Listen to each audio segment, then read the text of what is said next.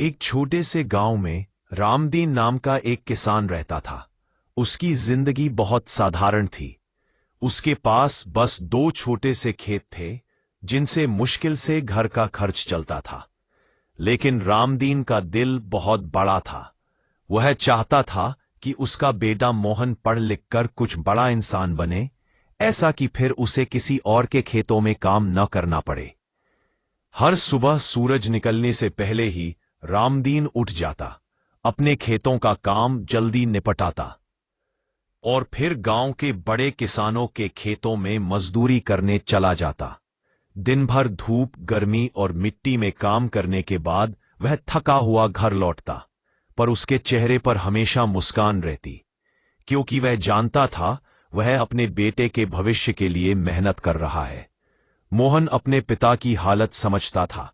वह पढ़ाई में बहुत मेहनत करता, स्कूल से आने के बाद घर के कामों में हाथ बटाता, फिर रात को लालटेन की मध्यम रोशनी में पढ़ता।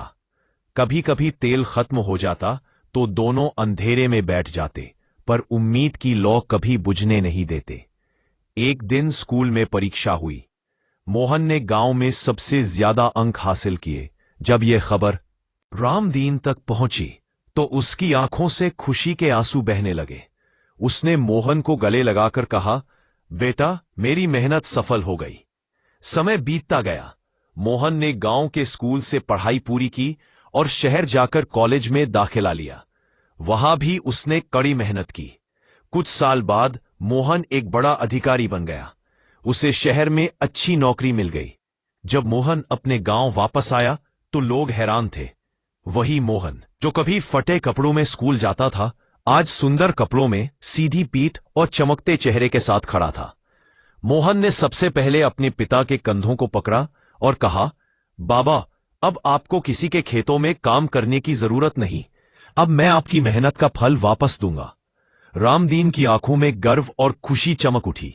उसने आसमान की ओर देखा और धीमे से कहा, मेरे भगवान, शुक्र है, मेरे सपने सच होते देख लिए।